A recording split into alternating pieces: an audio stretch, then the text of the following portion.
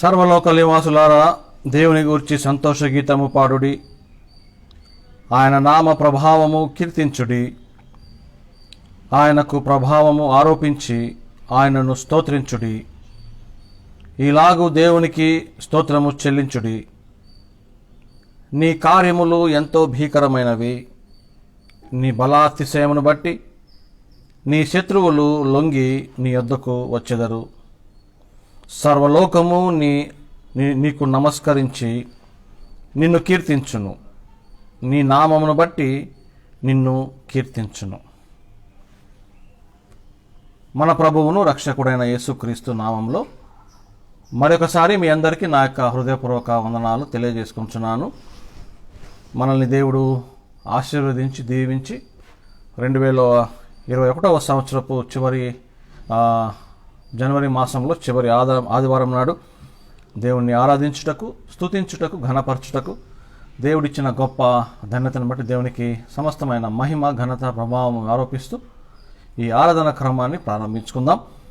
ఈ ఆరాధనలో మనము దేవుని సన్నిధి కొరకు, దేవుని నడిపింపు కొరకు ఫిబ్రవరి మాసంలో మనము తిరిగి ప్రవేశించలాగున ఈ జనవరి అంతా దేవుడు కాచి కాపాడి మనకిచ్చిన ఆయుష్ను బట్టి, మనకిచ్చిన సంతోష, సమాధాన, ఆరోగ్యాలను బట్టి స్ట్రెయిన్ అని ఎంతనో భయపెట్టారు కొత్తగా వస్తుందని. దాన్ని కూడా మనకి దగ్గర రానియకుండా దేవుడు కాచి కాపాడబోచున్న బట్టి దేవునికి వందనాలు చెల్లించుకోవచ్చు. ఫిబ్రవరి మాసంలో మనము నూతనంగా తిరిగి ప్రవేశపెట్టినట్లు దేవుడు మనకిచ్చిన ఇవ్వబోచున్న అవకాశాన్ని బట్టి దేవునికి వందనాలు చెల్లించుకోవచ్చు. అంతేకాకుండా ఫిబ్రవరి మాసం అన్న వెంటనే మనకి జ్ఞాపకం వచ్చేది లెంట్ డేస్. ఫిబ్రవరి 17న స్టార్ట్ అవుతుంది. వాటి గురించి కూడా మనము జ్ఞాపకం చేసుకోవాలి. ఆరాధన మనము లెంట్ డేస్ గురించి జ్ఞాపకం చేసుకొని దేవుని శ్రమలు జ్ఞాపకం చేసుకొని వాటి కొరకు కూడా సిద్ధపడదాం. ఇప్పటికైతే ఈనాటి కొరకు ఏర్పాటు చేయబడిన దేవుని యొక్క ఆరాధనలో మనము ప్రారంభ ప్రార్థనతో మనము ఈ యొక్క ఆరాధనని ప్రారంభించుకుందాం.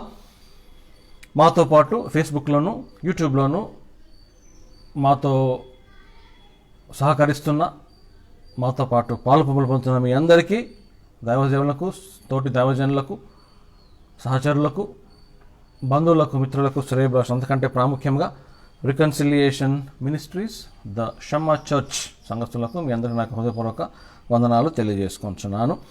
ఈ ఆరాధన క్రమాన్ని మనము ప్రారంభ ప్రార్థనతో మొదలుపెట్టుకుందాం.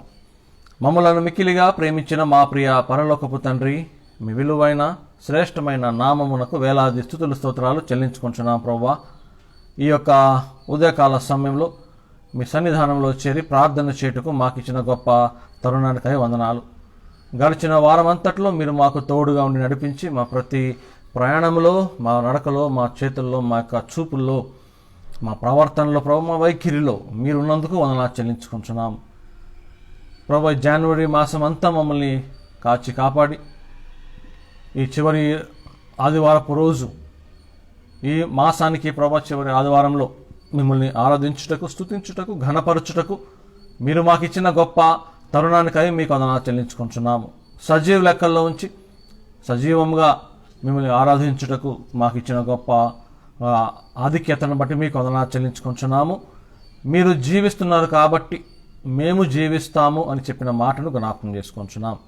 ఈ లోకంలో ప్రభా మీ బిడ్డలుగా జీవిస్తున్నందుకు, జీవింపజేస్తున్నందుకు, ఈ లోకంలో ప్రభా మీ కొరకు జీవిస్తున్న మేము, మాలో మీరు ఇమ్మడబడి, మేము మీలో ప్రభా లోబడి, మేమందరము ప్రభా మీ బిడ్డలముగా స్వీకరించబడి రక్షణ మార్గములో, రక్షణ కొనసాగింపులో, రక్షణ యొక్క ప్రభా ఓడలో మేమందరము కలిసి మీతో ప్రయాణం చేస్తున్న విధానాన్ని బట్టి మా నావికుడవు, మా నాయకుడవు, మా యొక్క తండ్రివి ప్రభా, పరమ తండ్రివి, నిన్ను వెంబడిస్తూ ప్రభా గమ్యము చేరేంత వరకు మీరు మాతో ఉంటారని వాగ్దానం ఇచ్చి, వాగ్దానాన్ని నెరవేరుస్తూ మా జీవితంలో మీరు క్రియ చేస్తున్న మా దేవా మీకు వందనాలు.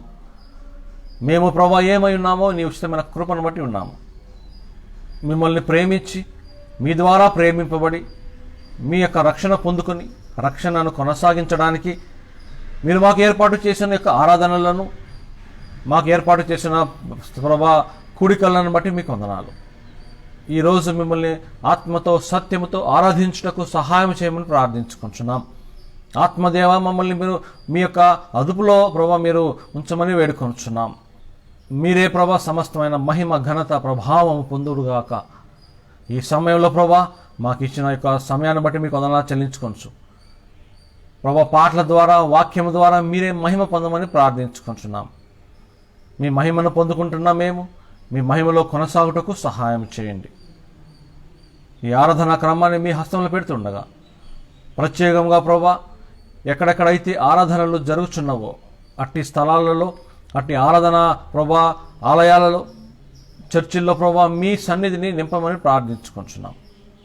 మాట్లాడే ప్రతి మాట, చేసే ప్రతి క్రియ, చూసే ప్రతి చూపు, విన్నవించే ప్రతి విన్నపము, ప్రార్థించే ప్రతి ప్రార్థన మీ యొక్క చెవి యొగ్గి, మీ చెవిని ప్రభా మేము జ్ఞాపకం చేసుకుని ముందు కొనసాగటకు సహాయం చేసి, మా ప్రార్థనలకు జవాబుదాయి చేసి, ఈ లోకంలో ప్రభా మీ చిత్తాన్ని నెరవేర్చే విధంగా దీవించి కాచి కాపాడమని వేడుకొనొచ్చు. మరొకసారి ప్రభా మాకు ఇచ్చిన యొక్క సమయాన్ని బట్టి, మాకు ఇచ్చిన యొక్క ప్రభా తరుణాన్ని బట్టి మీకు వందనాలు చెల్లించుకోవచ్చు. మమ్ములను, మా జీవితాన్ని మీకు మీ యొక్క హస్తంలో పెడుతూ మీరే సమస్తమైన మహిమ ఘనత ప్రభావం చెందమని వేడుకొనొచ్చు. యేసుక్రీస్తు నామంలో ప్రార్థించుకొని దీనముగా వేడుకొనుచున్నాము తండ్రి. ఆమేన్, ఆమేన్, ఆమేన్. ఈ ప్రాముఖ్యమైన సమయంలో ఈరోజు మనతో దేవుడు మాట్లాడబోతున్న విధానాన్ని జ్ఞాపకం చేసుకోవచ్చు. అంతేకాకుండా దేవుడు మనతో ఏమి ఇవ్వబోతున్నారో, మనతో ఏది ముచ్చటించబోతున్నారో వాటన్నిటిని జ్ఞాపకం చేసుకొని మనము దేవుని యొక్క బిడ్డలముగా దీవించబడాలని ఈ ఆరాధన క్రమాన్ని ప్రారంభ ప్రార్థన చేసుకున్నాము. ఇప్పుడు ఒక చిన్న పాట పాడుకొని దేవుని మహిమపరుద్దాం. ఈరోజు మనకు అనుగ్రహించబడిన దేవుని వాక్యము యేసుక్రీస్తు వైపు చూస్తూ, విశ్వాసం కర్తవ్యం దాన్ని కొనసాగించేవాడు యేసు వైపు చూస్తూ అనే అంశము కాబట్టి, మనం యేసుక్రీస్తు వైపు చూస్తే మనం గమ్యం చేరుతాం. కాబట్టి గమ్యం చేరాలని అనే పాట పాడుకొని దేవుణ్ణి మహిమపరుద్దాం. ఈ సమయంలో దేవుని మహిమపరుచినట్లు ఆరాధన పాట గమ్యం చేరాలనే పాట పాడుకొని దేవుణ్ణి మహిమపరుద్దాం.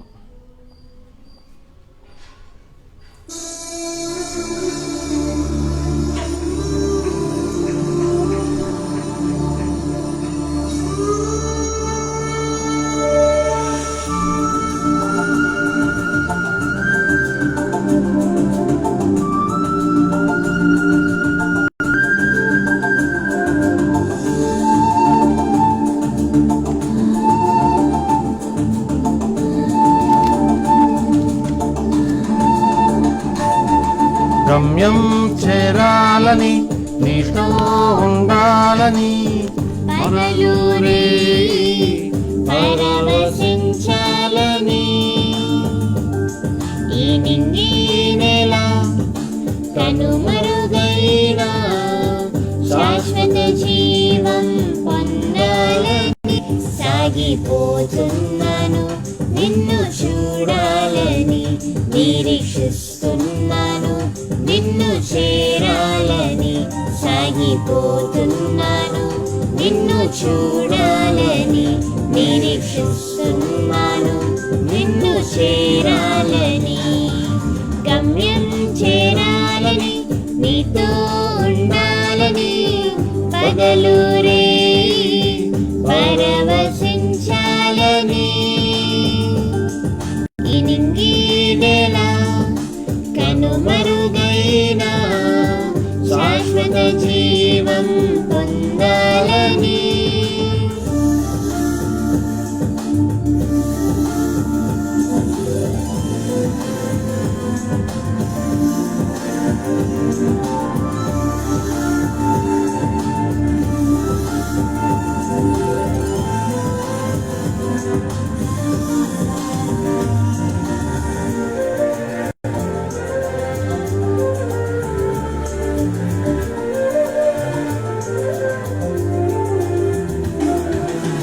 భూమి అంతా తిరిగి జగమంతా నడిచి నీ ప్రేమముకు స్పందించాలని, నాకున్నవన్నీ సమస్తం హెచ్చించి నీ ప్రేమ ఎంతో కొలవాలని.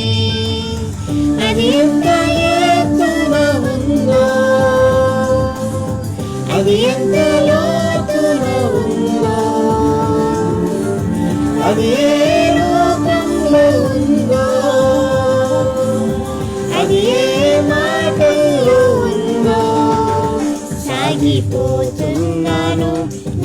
చూడాలని నిరీక్షిస్తున్నాను, నిన్ను చేరాలని సాగిపోతున్నాను, నిన్ను చూడాలని నిరీక్షిస్తున్నాను, నిన్ను చేరాలని, గమ్యం చేరాలని, నీతో ఉండాలని, పగలు రేయి పరవశించాలని,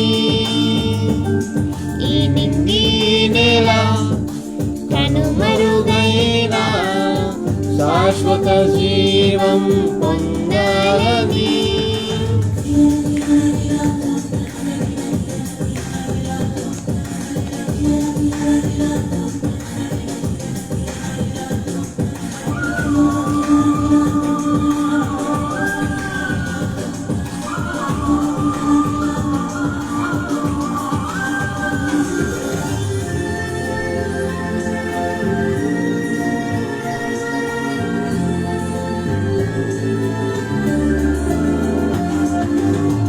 అలలెన్నో రేగిన శ్రమలెన్నో వచ్చిన శిరమును వంచి సహించాలని, వేదన బాధలు గుండెను నిండిన నీకు సిలువను మోయాలని, నా గుండె కోవెలలోనా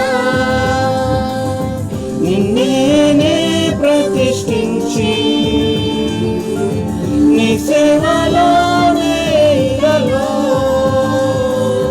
నా తుది శ్వాసను విడవాలని సాగిపోతున్నాను, నిన్ను చూడాలని నిరీక్షిస్తున్నాను, నిన్ను చేరాలని సాగిపోతున్నాను, నిన్ను చూడాలని నిరీక్షిస్తున్నాను, నిన్ను చేరాలని, గమ్యం చేరాలని, నీతో ఉండాలని, పగలు రేయి పరవశించాలని, ఈ నింగి నేల కనుమరుగైన శాశ్వత జీవం పొందాలని సాగిపోతున్నాను, నిన్ను చూడాలని నిరీక్షిస్తున్నాను, నిన్ను చేరాలని సాగిపోతున్నాను, నిన్ను చూడాలని నిరీక్షిస్తున్నాను, నిన్ను చేరాలని.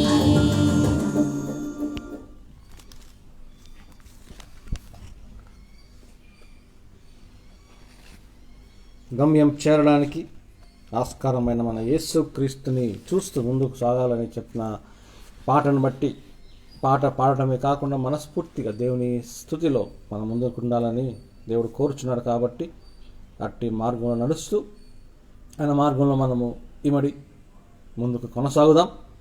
ఈనాటి కొరకు ఏర్పాటు చేయబడిన దేవుని యొక్క వర్తమాన భాగమును చదువుకుందాం.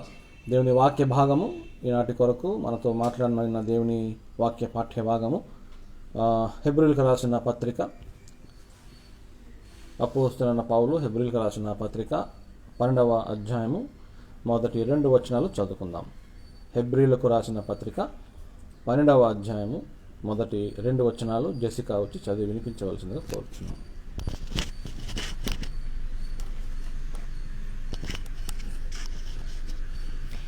హెబ్రీయులకు రాసిన పత్రిక 12వ అధ్యాయము మొదటి 2 వచనాలు చదువుకుందాం. ఇంత గొప్ప సాక్ష్య సమూహము మేఘము వలె మనలను ఆవరించి ఉన్నది. మనము కూడా ప్రతి భారమును సులువుగా చిక్కులబెట్టి పాపమును విడిచిపెట్టి విశ్వాసమునకు కర్తయు దానికి కొనసాగించువాడునైన యేసువైపు చూచుచు మన ఎదుట ఉంచబడిన పందెములో ఓపికతో పరిగెత్తదుము. దేవుడు తన పరిశుద్ధ వాక్యం దీవించునుగాక.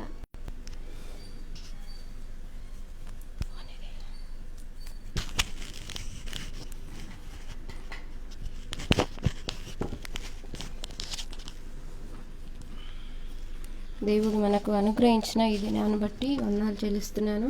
ఈ నెలంతా మనల్ని కాచి కాపాడి ఈ ఆఖరి దినమున ఆఖరి వారమున మనల్ని ప్రవేశింపబెట్టిన దేవునికి స్తోత్రాలు చేర్చుకుంటూ ప్రార్థన చేసుకుందాం.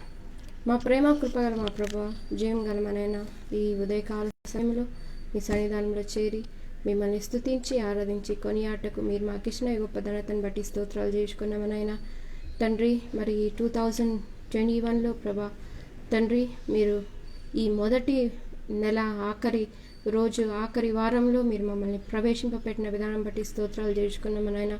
ఈ దినాన్ని చూడక ఎంతోమంది గతించిపోయినప్పటికీ ప్రభా, మీరు మమ్మల్ని మీ ప్రేమతో తండ్రి మమ్మల్ని ప్రేమించి తండ్రి మమ్మల్ని జీవించే లెక్కలో మీరు మమ్మల్ని ఉంచిన విధానం బట్టి స్తోత్రాలు చేసుకున్నాం యేసయ్య తండ్రి. ఇట్టి ప్రేమకే నేనేం చెల్లించగలను, కేవలం నా స్తుతి ఆరాధన నీకు అర్పిస్తున్నాను మా నాయన తండ్రి.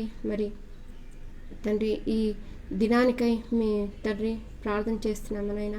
ఈ ఆవరణాన్ని మీ మహిమతో నింపమని వేడుకున్నాం తండ్రి. ప్రభా, ప్రతి ఒక్క సైతాన్ అంధకార శక్తుల ప్రభావం నుండి దూరపరిచి ప్రభా తండ్రి, మీ మహిమ ద్వారా ఈ ఆవరణను నింపి తండ్రి, మీ సన్నిధిని మీ సహవాసాన్ని మా పట్ల ఉంచమని వేడుకున్నాం యేసయ్య ప్రభా తండ్రి. మరి చదవబడ్డ వాక్యం నిమిత్తమే స్తోత్రాలు చేసుకున్నామనైనా. చెప్పబడే వాక్యం ప్రభా తండ్రి మా జీవితాల్లో ఒక గొప్ప తండ్రి మరి ఆశీర్వాదకరంగాను దీవెనకరంగా ఉండటకు సహాయం చేయమని వేడుకున్నాం యేసయ్య తండ్రి. మరి ఈ వాక్యం ద్వారా ప్రభా తండ్రి మమ్మల్ని మేము కడుక్కొని ప్రభా మమ్మల్ని మేము శుద్ధీకరించుకొని తండ్రి, మేము తండ్రి మీరు వచ్చేంత వరకు లేదా మేము మీ దగ్గరకు వచ్చేంత వరకు మేము సాక్షులుగాను తండ్రి నిందారహితులుగాను మేము జీవించటకు సహాయం చేయమని వేడుకున్నాను యేసయ్య ప్రభా తండ్రి. మీరే తండ్రి మాతో ఉండి మాతో మాట్లాడి ప్రభా తండ్రి మమ్మల్ని సరిచేసి తండ్రి మమ్మల్ని నమ్మకంగా మీ కొరకై ఉంచుకోమని వేడుకున్నాం తండ్రి ప్రభా తండ్రి. మరి మీ దాసుని కూడా మీ కౌగిట్లో అర్పిస్తున్నాము నాయన తండ్రి. మీరే మీ ఆత్మ ద్వారా నింపి తండ్రి తన నోట వచ్చే ప్రతి మాట తండ్రి మాకు దీవెనకరంగాను మా జీవితాల్లో ప్రభా తన యొక్క మార్పును తేవటకు సహాయం చేయమని వేడుకున్నాము నాయన. మీ దాసుడు చేసే సేవను కూడా మీరు దీవించండి తండ్రి. మీరే తండ్రి నూరంతలుగా ప్రభా తండ్రి 30 అంతలుగా 60 అంతలుగా 100 అంతలుగా ప్రభా తండ్రి మీరే దీవించి ప్రభా తండ్రి మీరే తండ్రి నీరు కట్టి ఆయన సేవలో నీరు కట్టి ఫలింపచేయమని వేడుకుంటూ ప్రభా తండ్రి మరొకసారి ఆరాధన సమయం అంతటిని మీ చేతిగా పేర్చుకుంటూ యేసు క్రీస్తు అత్యున్నతమైన నామంలో ప్రార్థిస్తూ అడిగి వేడుకుంటున్నాను మా తండ్రి, ఆమేన్. మరి ఈ సమయంలో ఒక హిందీ పాట పాడుకుందామండి. దేవుడు మనల్ని ఎంతో కరుణించి మనల్ని బ్రతికింపచేసి మనకు ఒక నూతనమైన దినాన్ని మనకు దేవునికి ఇచ్చిన విధానం బట్టి స్తోత్రాలు చేసుకుంటూ ఈ పాటని మనం పాడుకుందాం.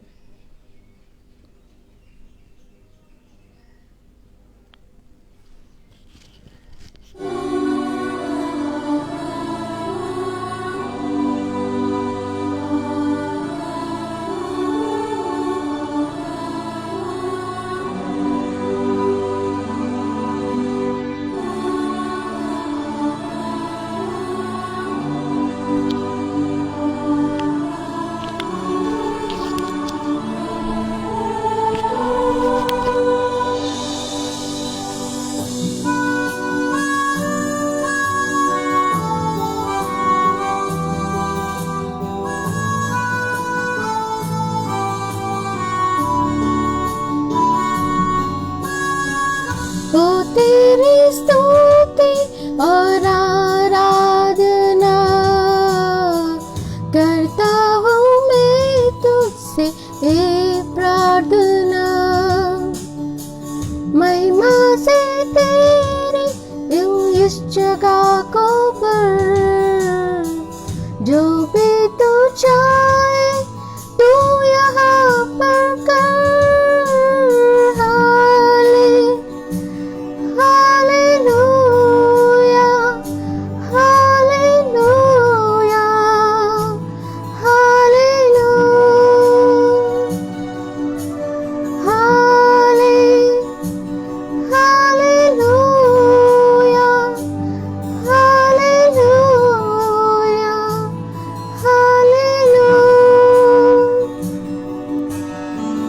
మీ మహిమను మాకు ఇచ్చిన దేవా మీకు స్తోత్రాలు చేసుకున్నాము నాయన ప్రభా. మీ కరుణతో మీరు మాకు ఈ దినాన్ని ఇచ్చారు, అందుని బట్టి స్తోత్రాలు.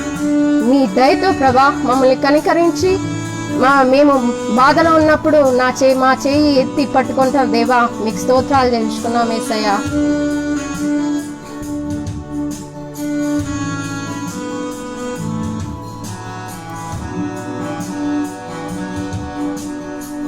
करुणा से तेरे नया दिन दिखाता है, डाल बनकर मेरी मुझे बचाता है।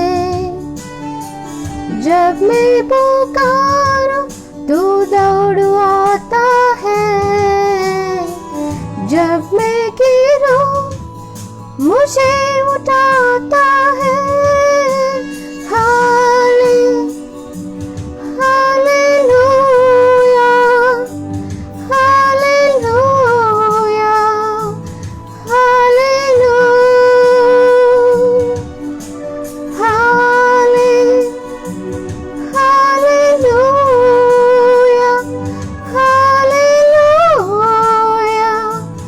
हालेलुया।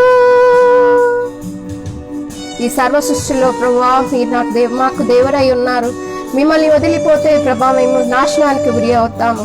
ప్రభా మేము మోక నుంచి ప్రభా నీవే నా దేవుడా అని ఒప్పుకుంటున్నాను ప్రభా. అందుని బట్టి స్తోత్రాలు చేయించుకున్నాం తండ్రి. మీరు మాతో ఉండండి, మా జీవితాల్లో ఉండమని వేడుకుంటున్నాను తండ్రి.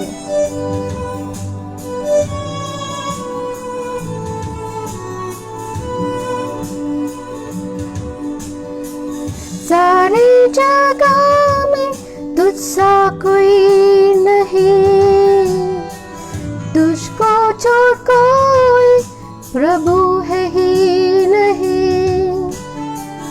घुटने में टेकूं बस तेरे सामने, तू है मेरा प्रभु, तू मेरा पिता।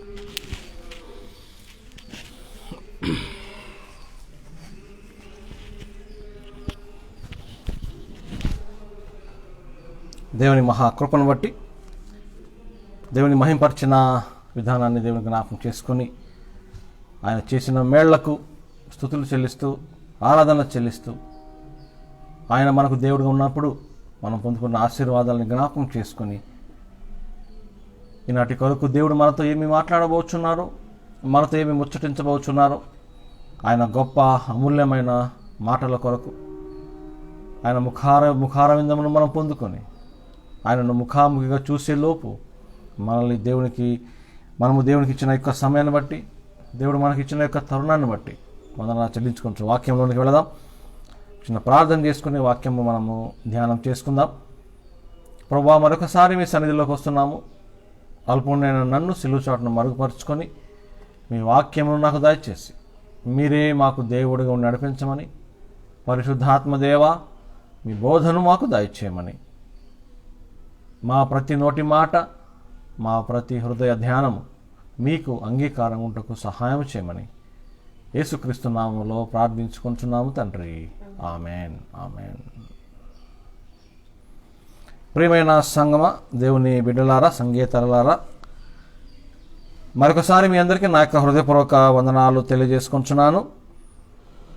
ఈరోజు దేవుడు మనతో మాట్లాడే విషయము విశ్వాసమునకు కర్తయు దాన్ని కొనసాగించువాడు యేసు వైపు చూస్తూ మన ఎదుట ఉంచబడిన పందెములో ఓపికతో పరిగెత్తుదుము. ఈ యొక్క మాటను మనము జ్ఞాపకం చేసుకున్నప్పుడు మనకి చాలా ప్రాముఖ్యమైన ఒక సత్యం ఏం కనపడుతుందంటే, ఈ హెబ్రీలకు రాసిన పత్రికలోనే 11వ అధ్యాయంలో విశ్వాసము లేకుండా దేవునిని మనము సంతోషింపపరచలేము. Without faith it is impossible to please God. Without faith it is impossible to please God. దేవుడిని మనము ఆనందింపజేయాలంటే, దేవుడు మన యందు సంతోషించాలంటే, దేవుడు మన యందు ఆహ్లాదంగా ఉండాలంటే, మనము దేవుని కొరకు ఎలా ఉంటున్నామో అది ఒక వైపు అయితే, దేవుని యందు మనము ఎటువంటి విశ్వాసము కలిగి ఉన్నామో అది చాలా ప్రాముఖ్యమైన అంశము.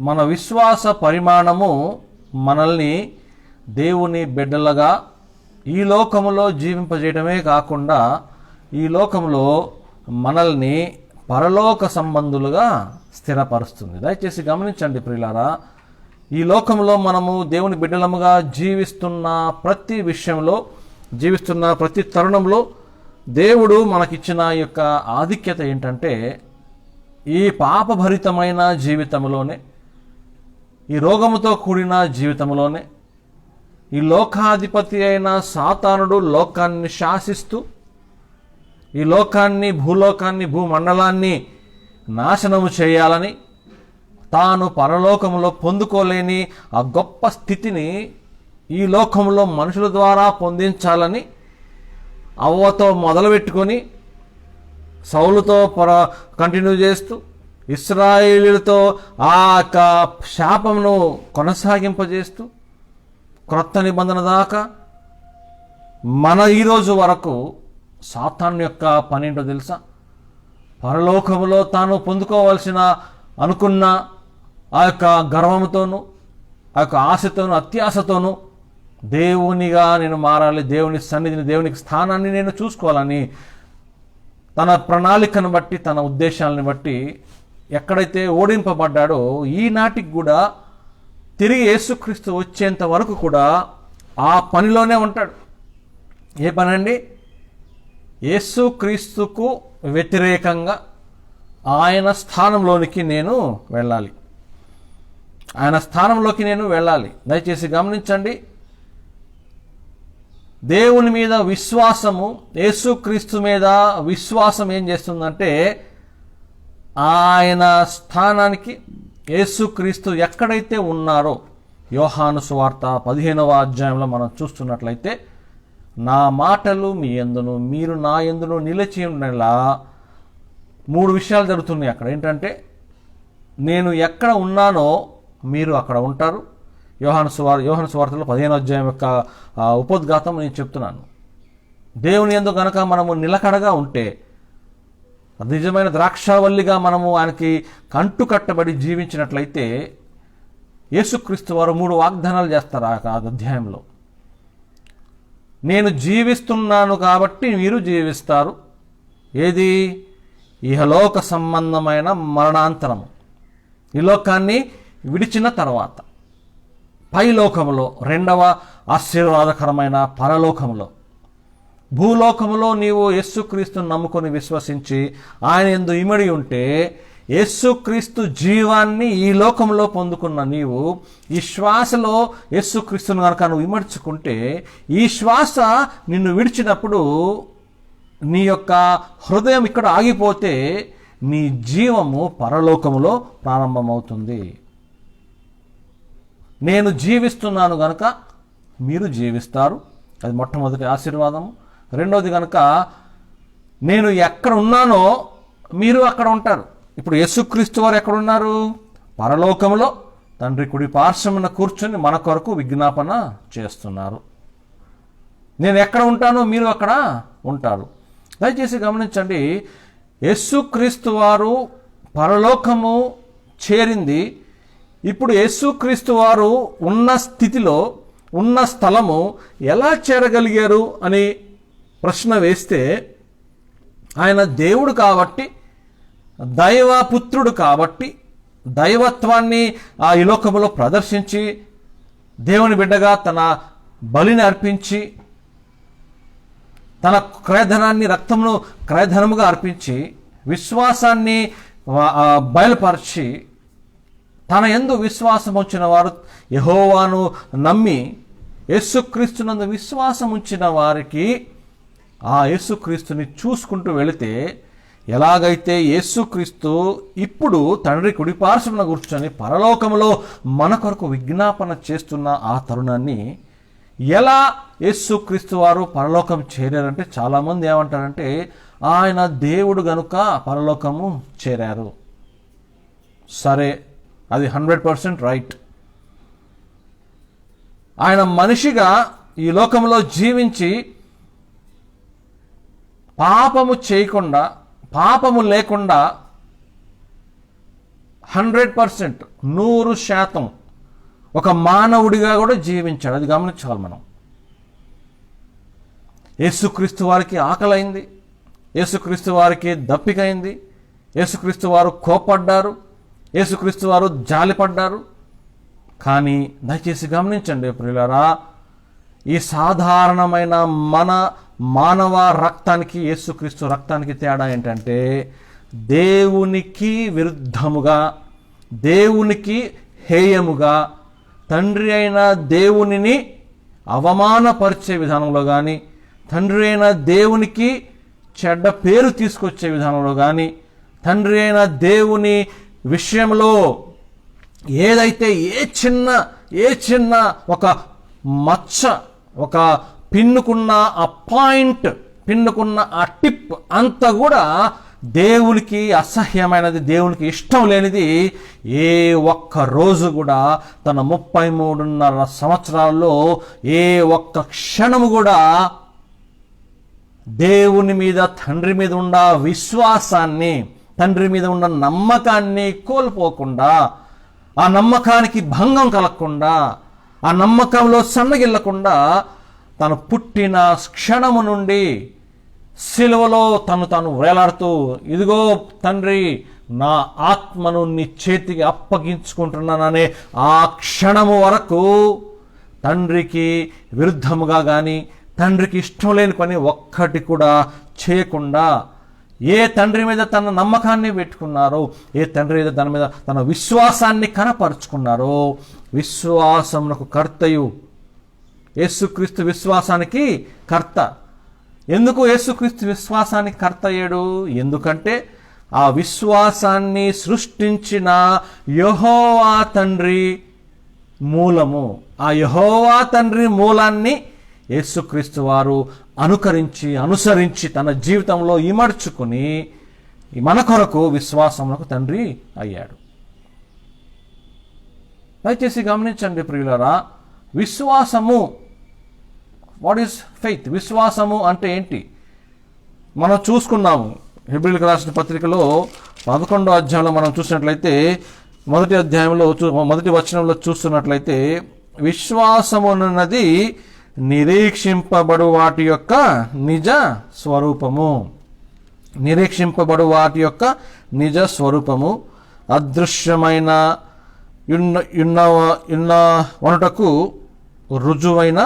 రుజువునై ఉన్నది. దయచేసి గమనించండి ప్రియులారా, ఇక్కడ ఈ భౌతికపరమైన విషయాన్ని జ్ఞాపకం చేసుకున్నట్లయితే, విశ్వాసము, నమ్మకము, లేకపోతే దేవుని మీద ఉండవలసిన ఆ యొక్క గొప్ప నిరీక్షణ ఏంటంటే, చాలా మట్టుకు ఈ భౌతికపరమైన చూసినట్లయితే చూస్తే కానీ నమ్మరు. ఒక విషయంను మనం నమ్మాలంటే అది మనము విని అది నిజమా కాదా అని తెలుసుకొని విశ్వసిస్తాం. ఇప్పుడు మార్చిలో కరోనా స్టార్ట్ అయింది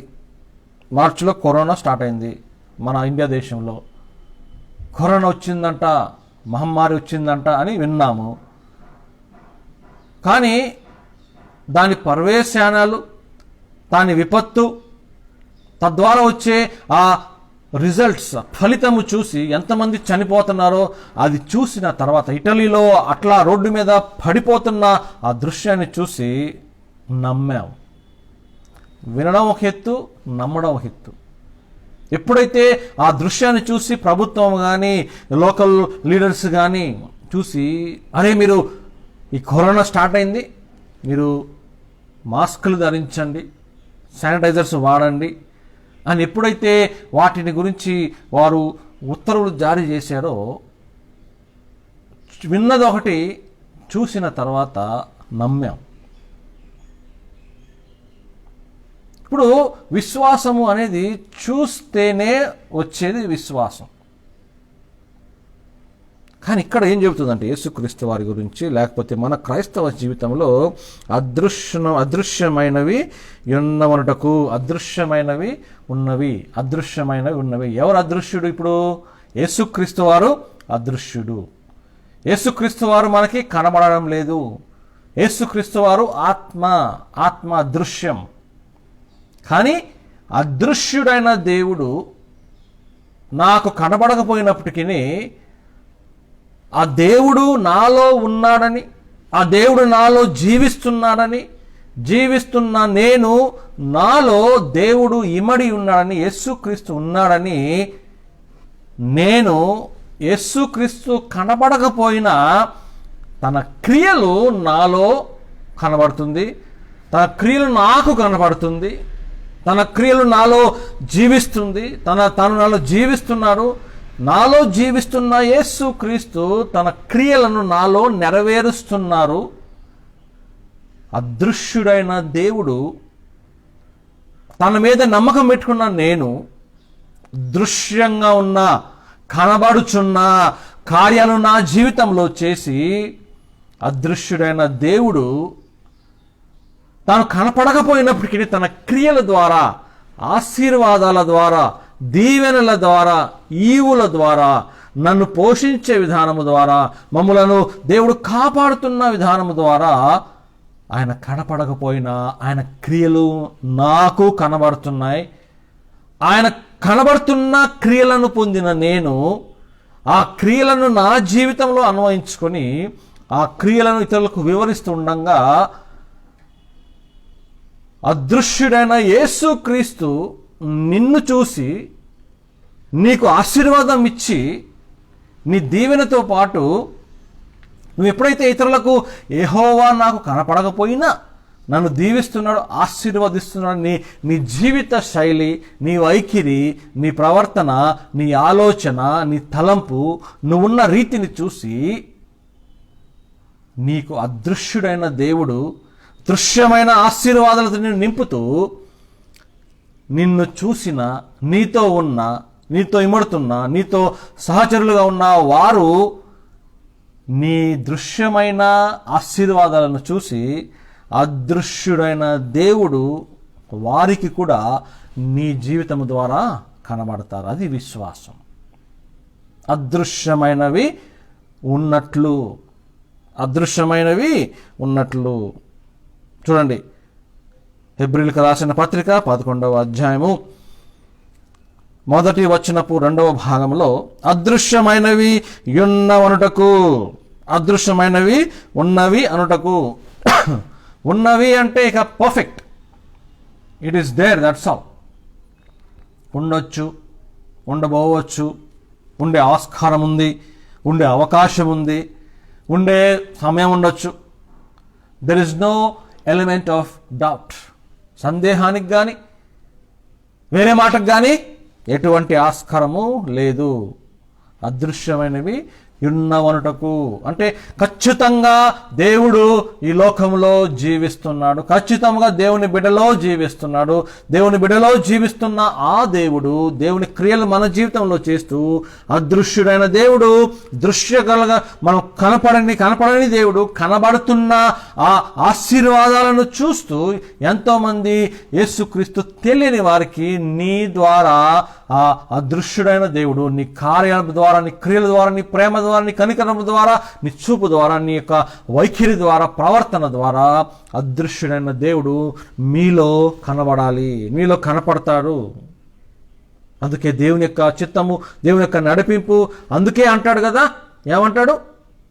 హెబ్రీయులకు రాసిన పత్రిక 12వ అధ్యాయంలో విశ్వాసమునకు కర్తయు దాన్ని కొనసాగించువాడు యేసు వైపు. కర్తయు కొనసాగించువాడు యేసైతే మన యొక్క పని ఏంటి, మన యొక్క క్రియ ఏంటి? కేవలము ఆ నడిపింపులో, ఆ కొనసాగింపులో మనల్ని మనము దేవునికి సంపూర్తిగా లోబడి విధేయత చూపిస్తూ ఏ నమ్మకం అయితే మనల్ని ఈ లోకంలో జీవింపజేస్తుందో అదే నమ్మకాన్ని పెంచుకొని విశ్వాస పరిమాణాన్ని మనం పెంచుకొని విశ్వాస పరిమాణంలో మనము తగ్గకుండా, సన్నగిల్లకుండా, బాధపడకుండా, కింద పడకుండా మనం తిరిగి దేవుని యొక్క చిత్తాన్ని బట్టి మనం ముందుకు వెళ్ళాలే తప్ప పాపముతో, అపరాధాలతో మనం వెనక్కి వెళ్ళకూడదని దేవుడు మనతో ఈరోజు రుజువుగా తేటగా మాట్లాడుచున్నాడు. దయచేసి గమనించండి ప్రియులారా. ఈ యొక్క విశ్వాసమునకు కర్తయు దాన్ని కొనసాగించేవాడు యేసు వైపు అనక ముందు అపోస్తలుడైన పౌలు ఈ యొక్క విషయంలో హెబ్రీయులకు రాసిన పత్రిక 12వ అధ్యాయము మొట్టమొదటి వచనంలో ఒక గొప్ప మాట మనకి సెలవిస్తున్నారు. చూడండి, ఎంత గొప్ప సాక్షి సమూహము మేఘము వలె మనలను ఆవరించి ఉన్నందున మనము కూడా ప్రతి భారమును సులువుగా చిక్కులు పెట్టు పాపమును విడిచిపెట్టి విశ్వాసమునకు కర్తయు దాన్ని కొనసాగించువాడునైనా యేసు వైపు చూచుచు మన ఎదుట ఉంచబడిన పందెములో ఓపికతో పరిగెత్తుదము. దయచేసి గమనించండి ప్రియులారా. ఇంత గొప్ప సాక్షి సమూహము ఈ గొప్ప సాక్షి సమూహం ఎక్కడుందండి? హెబ్రీయులకు రాసిన పత్రిక 11వ అధ్యాయంలో మనము చూస్తుంటున్నాము. హెబ్రీయులకు రాసిన పత్రిక 11వ అధ్యాయంలో మనం చూసినట్లయితే సాక్షి సమూహం గురించి మనకి చెప్తున్నది. దయచేసి గమనించండి, ఎంత గొప్ప సాక్షి సమూహం అంటే అబ్రహాము మొదలుకొని చివరి వరకు వస్తాడు. అబ్రహాము మొదలుకొని యేసుక్రీస్తు వరకు వస్తాడు. దయచేసి గమనించండి, అబ్రహాముకి దేవుడు కనబడలేదు. అంతేకాకుండా అబ్రహాముకు దేవుడు వాగ్దానం చేసిన ఆశీర్వాదం కూడా కనబడట్లా. ఇంత గొప్ప చూడండి, ఇక్కడ అబ్రహామును విశ్వాసమునకు తండ్రి అని ఎందుకు అంటారో, ఎందుకంటే అబ్రహాము తన ఊరు అనే ఉద్దేశంలో తాను నివసిస్తుండగా ఒకరోజు దేవుడు ప్రత్యక్షం అందరికీ తెలిసిన ఆ గొప్ప సంఘటన, ఆ గొప్ప ఎన్కౌంటర్ విత్ గాడ్ ఏంటంటే, తను ఒంటరిగా ఉన్నప్పుడు దేవుడు తనకి ప్రత్యక్షమై తన స్వరముతో మాట్లాడుతూ, అబ్రహాము ఆకాశములో నక్షత్రములు చూడుము, లెక్కబెట్టుము, కుదరదయ్యా. ఆ ఆకాశములో ఎన్ని తారలు ఉన్నాయో, ఎన్ని నక్షత్రాలు ఉన్నాయో, నీ సంతానాన్ని అలా చేస్తాను. అబ్రహాము 75 సంవత్సరాల వృద్ధుడు, పిల్లలు కనే ఆస్కారము లేదు. ప్రభా, నేను నా వయసు ఏంటి ప్రభా, నువ్వు మాట్లాడే మాట ఏంటి ప్రభా అన్నాడా? లేదండి. ఆకాశ నక్షత్రములను చూడుము, నీ సంతానాన్ని అంతకంటే హెచ్చిస్తాను అన్నప్పుడు అబ్రహాము చూసింది ఆకాశ నక్షత్రాలను చూసాడు, కానీ చూపు నక్షత్రాల మీద ఉంది, కానీ తన నమ్మకము ఎవరి మీద ఉందండి? యెహోవా మీద. నేను వృద్ధుడిని కావచ్చు, నాలో శక్తి లేకపోవచ్చు, ఈ ప్రకృతికి నాకు దేవుడు చెప్తున్న మాటకి పొంతన లేకపోవచ్చు, కానీ నేను నమ్మే యెహోవా, ఈ నక్షత్రాలను సృష్టించిన యెహోవా. అబ్రహాము తన యొక్క విశ్వాసమును నక్షత్రాల మీద పెట్టలేదండి. తన యొక్క నమ్మకాన్ని నక్షత్రాలు చూసి అమ్మో ఇంత చేస్తాడా దేవుడు అని అప్పుడు అనుకోలేదండి. నక్షత్రాలు కంటే ఎక్కువ చేస్తాడా, అంత గొప్ప దేవుడా అని అప్పుడు అబ్రహాము వెళ్ళలేదండి. ఎప్పుడైతే యెహోవాను నమ్మాడో ఆ నమ్మకము ఎటువంటిదంటే, ఈ నక్షత్రాలు ఏంటండి, నక్షత్రాలను సృష్టించిన యెహోవా నాకు ఈ మాట చెప్తున్నాడు. నక్షత్రాలను నోటి మాట ద్వారా సృష్టించిన దేవుడు నాకు క్షమత లేకపోయినప్పటికీ ఈ ప్రకృతికి విరుద్ధముగా నాకు సంతానము ఇవ్వలేడా? దయచేసి గమనించండి ప్రియులారా, దేవుని మీద నమ్మకము ఉంచుట అంటే, దేవుని మీద విశ్వాసము ఉంచుట అంటే, దేవుని మీద మనము ఫెయిత్ కలిగి ఉండాలంటే, విశ్వాసము నమ్మకము కలిగి ఉండాలంటే, దేవుడు మనకు ఏమి చేస్తారో దాని మీద కంటే అసలు దేవుడు నాకు ఏమై ఉన్నాడో దాని మీద మనము విశ్వాసము కలిగి ఉండాలి. అబ్రహాము ఆ నక్షత్రాలను చూసి నక్షత్రాల కంటే ఎక్కువ చేస్తారని చెప్పాడు కాబట్టి నేను యెహోవాను నమ్మట్లేదు కాదు, కానీ ఆ నక్షత్రాలను సృష్టించిన దేవుడు నా దేవుడు, నా దేవుడు నాకు నాయకుడు, ఈ ప్రకృతికి విరుద్ధముగా ప్రకృతిని శాసించే దేవుడు నా దేవుడు. Yes, I'm old, I cannot reproduce, నాకు పిల్లలు పుట్టే శక్తి లేదు, కానీ నన్ను పుట్టించిన దేవుడు నాలో ఈ లోకాన్ని కలవకుండా, ఈ లోకంలో కలవకుండా నక్షత్రాలు చూసి, ఆ నక్షత్రాలు ఎన్ని ఉన్నాయో అంతకంటే సంతానం నీకు దయచేస్తానని దేవుడు ఏం చేస్తానంటే, నక్షత్రాలను సృష్టించిన దేవుడు నాకు సంతానము ఖచ్చితంగా ఇస్తాడు. నక్షత్రాలు ఒకరోజు వస్తాయి, ఒకరోజు పోతాయి. అబ్రహాము నమ్మింది యెహోవాను, అబ్రహాము నమ్మింది సృష్టికర్తను. సృష్టికర్తను ఎప్పుడైతే నమ్ముకుంటారో ఈ సృష్టితో మనకి పని లేదు. సృష్టికర్తను ఎప్పుడైతే మనము మన విశ్వాసాన్ని సృష్టికర్త మీద మనము మళ్ళిస్తామో, ఎప్పుడైతే మన యొక్క నమ్మకాన్ని సృష్టికర్త మీద మనము దాచిపెడతామో, ఎప్పుడైతే నమ్మకాన్ని సృష్టికర్త వైపు మనము మలుస్తామో ఏమవుతుందో తెలుసా? ఈ లోకంలో కుదరదు, ఈ లోకంలో అయ్యే పని కాదు, ఈ లోకానికి అస్సలు ఇది కుదరే పని కాదు అనే, కుదరదు, వల్ల కాదు, లేదు, అవ్వదు అనే మాటలు యెహోవా యొక్క డిక్షనరీలో, యెహోవా యొక్క నిఘంటువులో లేనే లేదు. దయచేసి గమనించండి ప్రియులారా, విశ్వాసము అంటే యెహోవా యొక్క నిఘంటువులో ఉన్న మాటలను నా జీవితంలోనికి నేను అన్వయించుకుంటా. కానీ విశ్వాసములో తేడా, విశ్వాసములో సన్నగిల్లుట, విశ్వాసములో పడిపోవడం ఎక్కడ వస్తుందంటే, నాలో ఉన్న కొన్ని, నా నిఘంటువులో ఉన్న కొన్ని చేతగాని విషయాలను, నా నిఘంటువులో ఉన్న దేవునికి వ్యతిరేకమైన విషయాలను, ఆ మాటలను, నా నిఘంటువులో ఉన్న చేతగాదు, కుదరదు అనే అశాశ్వతమైన పలుకులను తీసుకొని వెళ్ళి దేవుని నిఘంటువులో కలిపేస్తాను. అది చాలా ప్రమాదమైన విషయం, అది ప్రమాదకరమైన విషయం. అబ్రహాం అనొచ్చు, ప్రభు ఏంటి ప్రభు 75 సంవత్సరాలకి పిల్లలా, 75 సంవత్సరాలకి నాకు సంతానం ఇస్తావా, ఎలా నో, దేవునికి అసాధ్యమైనది ఏమీ లేదు. అది మనం బైబిల్లో చదువుతున్నాం, మనం అనుభవిస్తున్నాం. కానీ అబ్రహాము చూశాడు, అబ్రహాము నమ్మాడు, అబ్రహాము విశ్వసించాడు. తన యొక్క నమ్మిక యెహోవా మీద ఉంది, కానీ తన యొక్క నమ్మిక ఈ ప్రకృతి వైపరీత్యం కానీ, ప్రకృతి మీద కానీ, ప్రకృతి విషయాల మీద కానీ లేదు. దయచేసి గమనించండి ప్రియులారా, మీరు సత్యమును తెలుసుకొందురు, అది మిమ్మల్ని స్వతంత్రులుగా చేస్తుంది అని చెప్పిన మాట మనకి కొత్త నిబంధనలో ఉన్నది. ఈ లోక సత్యం ఏంటి? కొంత వయసు అయిన తర్వాత పిల్లలు పుట్టే అవకాశం లేదు, పురుషుడికి కానీ స్త్రీకి కానీ.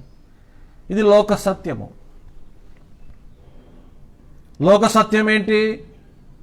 ఒకవేళ ఎలాగో అలాగో ఏదో ప్రకృతిని బట్టి కానీ, ఏదో ఒక దేవుడిచ్చిన గొప్పతనాన్ని బట్టి కానీ, ఏదైనా కానీ 50-60 ఇయర్స్ తర్వాత ఒకవేళ సంతానం పుడితే ఆ సంతానము ఎటువంటి సాధారణంగా ఉండదు, ఏదో ఒక అబ్నార్మాలిటీ, ఏదో ఒక వీక్నెస్, ఏదో ఒక బలహీనత. ఎందుకంటే వయసు అయిన తర్వాత పుట్టింది కదా అంటారు. ఈ ప్రకృతి యొక్క నియమం అది. దయచేసి గమనించండి, అబ్రహాము ప్రకృతి నియమాలను అధిగమించాడు. దయచేసి గమనించండి ప్రియులారా, మనం గనక యెహోవా మీద విశ్వాసం ఉంచినట్లయితే, యెహోవా మీద విశ్వాసం కలిగి ఉన్నట్లయితే, యెహోవా యందు విశ్వసించి నడవాలంటే, యేసుక్రీస్తును చూస్తూ విశ్వాసంలో కొనసాగించాలంటే ఈ ప్రకృతి నియమాలకు మనల్ని మనము ఇమర్చకుండా, ప్రకృతిని నియమిస్తున్న, ప్రకృతిని శాసిస్తున్న, ఈ ప్రకృతి మన మీద ప్రభావం చూసి మనల్ని శాసిస్తున్న ప్రకృతిని తన అదుపులో ఉంచుకున్న యెహోవా మీద మన నమ్మకము కలగాలి. యెహోవాను మనం నమ్మాలి. అబ్రహాము చేసింది అదే. కానీ సారా ఏం చేసిందండి? సారా ఏం చేసింది? నవ్వింది. దయచేసి గమనించండి ప్రియులారా, ఎప్పుడైతే యెహోవా మీద ఉన్న విశ్వాసమును మనము పెడదారి పెట్టి ఈ లోక మర్యాదలను, ఈ లోక నియమాలను అనుసరిస్తూ లోక నియమాల ప్రకారం మనం ఆలోచన చేస్తే ఏమవుతుందో తెలుసా? అది మనల్ని వెర్రివారిగా మారుస్తుంది. ఏమంటాడు క్రొత్త నిబంధనలో? సువార్త అనేది కొంతమందికి వెరితనంగా ఉందంట. అబ్రహాము దేవుణ్ణి ఎంత నమ్మాడో శారా కూడా అంతే నమ్మింది. దేవుని మీద నమ్మకం ఉంది. కానీ దయచేసి గమనించండి ప్రియులారా, ఈ లోకాధిపతి అయిన సాతాను యెహోవా మీద నమ్మకం ఉండవలసిన మనల్ని అబ్రహాము విశ్వాసములకు తండ్రి అయిన అబ్రహాము భార్యగా ఉన్న శారా కూడా యెహోవా మీద నమ్మి కూడా యెహోవా మాట చెప్పినప్పుడు ఈ ప్రకృతి రీత్యా, ఈ లోకరీత్యా, లోకంలో జరిగే నియమావళిని అనుసరించి దాని మీద తన దృష్టిని పెట్టి నవ్విందండి. దయచేసి గమనించండి ప్రియులారా, యెహోవా మీద నమ్మకము మనకు ఎప్పుడైతే ఉంటుందో యెహోవా మనలను తన యొక్క చిత్తానుసారంగా నడిపిస్తాడు. ఒకవేళ శారా వలె యెహోవా మీద నమ్మకం ఉన్నప్పటికీ ఆ ఇహలోక సంబంధమైన పరిస్థితులను చూసి యెహోవానే సందేహించే, యెహోవా మీదనే నవ్వే, యెహోవా మీదనే ఒక తప్పుడు వైఖరి కలిగి ఉంటే, శారా నువ్వు నవ్వేవు కాబట్టి నేను కోపగించుకున్నాను, నీకు ఈ ఆశీర్వాదాన్ని ఇవ్వను అని దేవుడు వెళ్ళిపోయాడా? లేదండి. దయచేసి గమనించండి ప్రియులారా, దయచేసి గమనించండి సంఘస్థులారా, అబ్రహాముకు నీకు సంతానం ఇస్తానని యెహోవా చెప్పినప్పుడు అబ్రహాము వయసు 75 సంవత్సరాలు. 75 సంవత్సరాల వయసులో సంతానం ఇస్తానని చెప్పి బైబిల్లో మనం చూసినట్టు అందరికీ తెలిసిన విషయం ఏంటంటే, అబ్రహాము 100వ సంవత్సరం వచ్చినప్పుడు, అబ్రహాంకి 100 సంవత్సరాలు వచ్చినప్పుడు ఇస్సాకును దేవుడు అనుగ్రహించాడు. 25 years, 25 సంవత్సరాలంటే జస్ట్ ఇమాజిన్. ఎందుకు దేవుడు అంత గ్యాప్ తీసుకున్నారు? ఎందుకు దేవుడు అంత పొడిగించారు ఆశీర్వాదాన్ని అన్నట్లయితే దానికి మనకి సమాధానం లేదు. దేవుని చిత్తం అలాంటిది, దేవుని యొక్క నిశ్చయత అలాంటిది. మనకి ఏమి ఇవ్వాలో దేవుడు ప్రణాళికబద్ధంగా ఇస్తున్నాడు. కానీ 25 years ఎందుకు దేవుడు గ్యాప్ ఇచ్చాడు? ఎందుకు దేవుడు పొడిగించాడు ఆశీర్వాదాన్ని అంటే, బైబిల్ పరంగా చూసినట్లయితే దేవుడు తన మహిమ కొరకే సమస్తమును చేస్తాడు. ఆశీర్వాదాలు వెంటనే వచ్చిన, ఆశీర్వాదాలు ఆలస్యంగా వచ్చిన, కొన్నిసార్లు మా దేవుడు మనకి అది అవసరం లేదని, మనకి ఆశీర్వాదాలు మనకి అవసరం లేకుండా ఉన్నదని దేవుడు మనకి ఇవ్వకుండా ఉన్నప్పటికీ, ఏదేమైనా దేవుని నామమును మహిమపరచాలి, దేవుని నామము మహిమపరచాలనే దేవుడు అంత సమయము తీసుకున్నాడు. దయచేసి గమనించండి ప్రియులారా, శారా నవ్వింది. ఆ నవ్వుకు కారణము యెహోవా మీద నమ్మకము కంటే తన శరీరం మీద, తన బలహీనత మీద, తన ఉన్న స్థితిని చూసి, పరిస్థితిని చూసి, ఈ లోక నియమాన్ని తన దృష్టిలో పెట్టుకొని యెహోవాను నమ్మవలసిన ఆ శారా ఈ లోకాన్ని నమ్మింది. దయచేసి గమనించండి పిల్లరా, గుంటూరులో గ్రేస్ హోమ్లో మేము చిన్న కొంచెం ఒక 1 year చేశాము. అక్కడ ఒక బ్రదర్ ఉండేవాడు, ఆయన ఒక పాట బాగా పాడేవాడు. నమ్మకురా ఈ లోకాన్ని,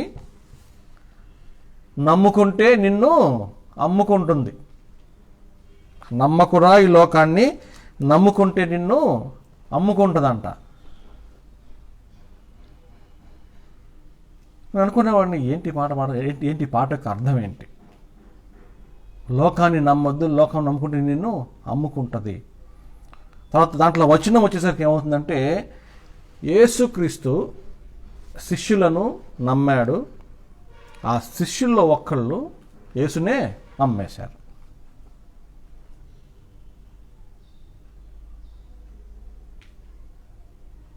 యోసేపు ఏం చేశాడు? తన అన్నలను నమ్ముకున్నాడు. అదే అంటారు కదా, యోసేపు నమ్మాడు తన అన్నలని, నమ్మిన అన్నలే తనను అమ్ముకున్నారు. యేసయ్య శిష్యులను నమ్ముకున్నాడు, శిష్యుడు ఒక్కడు యేసుక్రీస్తుని అమ్ముకున్నాడు. ఇది ఒక నియమావళి అంతే. దయచేసి గమనించండి ప్రియులారా, యేసుక్రీస్తు వారు తన రక్తాన్ని క్రయధనముగా యెహోవాకు అర్పించి మనల్ని కొన్నాడు. ఇప్పుడు మన యెహోవా సొత్తు, యెహోవా సొత్తైన నేను, యెహోవా సొత్తైన మనము క్రైస్తవులు ఎప్పుడైతే తిరిగి సాతానుకు లొంగిపోతారో, సాతాను శోధనలకు పడిపోతారో, వారు ఏంటంటే సాతానుకి అమ్ముడు పోయినట్టు. దయచేసి గమనించండి ప్రియులారా, యెహోవా మన కొరకు యేసుక్రీస్తు ద్వారా పొందుకున్న క్రయధనము మనము నిర్వీర్యం చేస్తున్నాము. దాని గురించి మనము ఆలోచన చేయకుండా ఉంటున్నాం. దయచేసి గమనించండి ప్రియులారా, మన కొరకు క్రయధనాన్ని అర్పించాడు దేవుడు. ఆ క్రయధనాన్ని మనము విస్మరిస్తున్న వారం అవుతాం, సాతానికి మనము అమ్ముడు పోతాం. దయచేసి గమనించండి ప్రియులారా. అందుకనే యెహోవాను మనం నమ్ముకున్నట్లయితే ఏమవుతుంది? ఎందుకు శారా యెహోవా మీద నమ్మకం పెట్టుకోలేదు? ఎందుకు యెహోవా శారా విశ్వసించలేదు? విశ్వాసం ఉంది, నమ్మకం ఉంది. యెహోవా ఏదైనా చేస్తారు, యెహోవా ఏదైనా చేస్తారు, యెహోవాకు అసాధ్యమైనది ఏదీ లేదు అని నమ్మటం ఒక ఎత్తు అయితే, నా జీవితంలో వ్యక్తిగతంగా ఏదైతే జరగట్లేదో, ఏదైతే కుదరట్లేదో, ఏదైతే కార్యము జరగట్లేదో అది దేవుడు ఖచ్చితంగా జరిగిస్తాడు అని నువ్వు నమ్మితే, దేవుడు ఖచ్చితంగా జరిగిస్తాడు, నా జీవితంలో అది కొనసాగుతుంది, నా జీవితంలో అది నెరవేర్చబడుతుందని నమ్మినప్పుడు ఏమవుతుందంటే, నీ పరిస్థితిని నువ్వు నమ్మకుండా, నీకున్న బలహీనత మీద నీ యొక్క నమ్మకాన్ని పెట్టకుండా, నీవున్న పరిస్థితుల్లో, నీకున్న చుట్టుప్రక్కల ఉన్న పర్యవేక్షణలు ఏమవుతుందా అనే రిజల్ట్ కోసం నువ్వు బాధపడకుండా, రిజల్ట్ విషయంలో బాధపడకుండా, ఏం ఫలితం వస్తుందా, దీని యొక్క పర్యవేక్షణం ఏంటి, దీని యొక్క ఫలితం ఏంటి, ఫలితాంశం ఏంటని వీటన్నిటి మీద ఆలోచన చేయకుండా ఒకే ఒక ఆలోచన, అబ్రహాము వలె, దేవుడు చెప్పాడు, దేవుడు చేస్తాడు,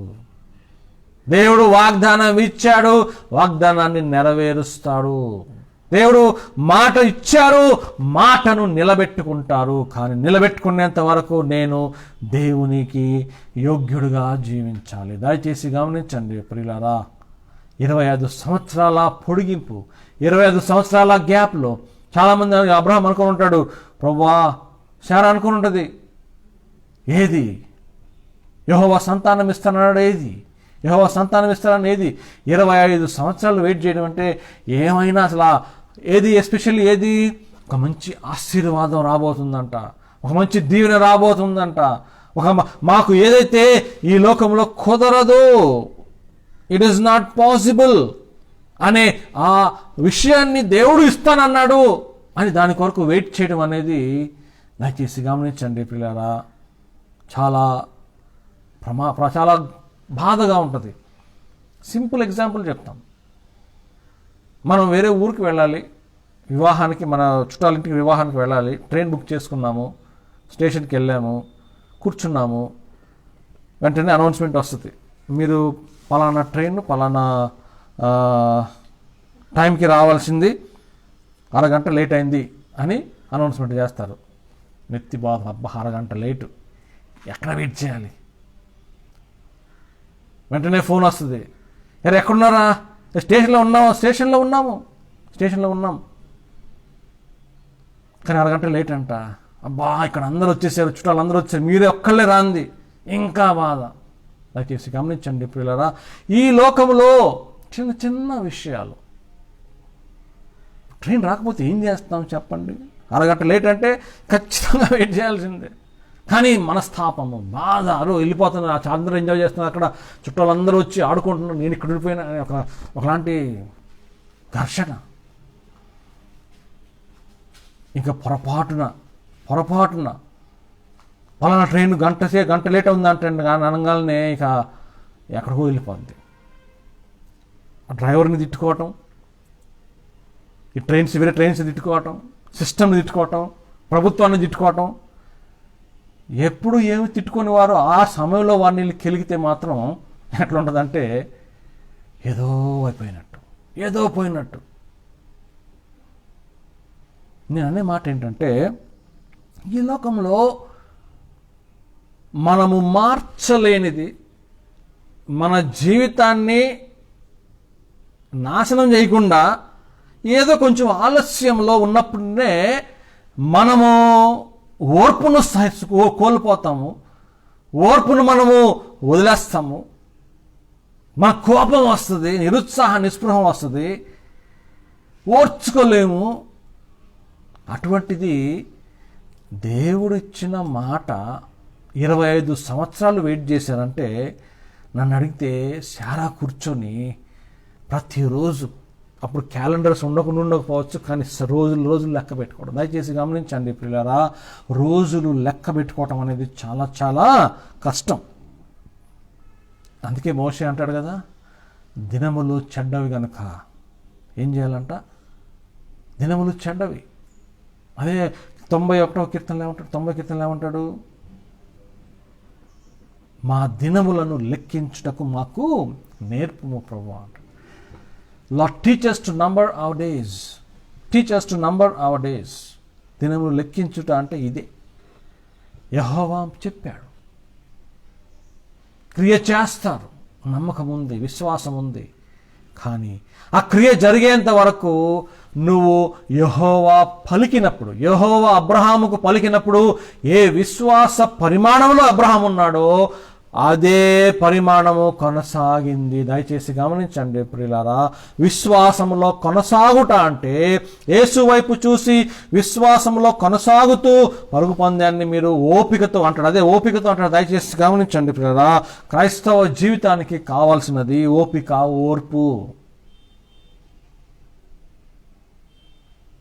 25 సంవత్సరాలు, 25 సంవత్సరాలు అంటే లెక్క చేసుకున్నట్లయితే, అబ్బా యెహోవా నాకు 75వ ఏట నాకు వాగ్దానం చేశాడు, 75వ ఏట ఆ సంవత్సరమే దేవుడు నాకు ఒక కుమారుడు ఇచ్చినట్లయితే 100 సంవత్సరాలకి నా కుమారుడు 25 ఏళ్ళ యవనస్తుడైపోయేవాడు అని లెక్కలు వేసుకుంటారు చాలామంది.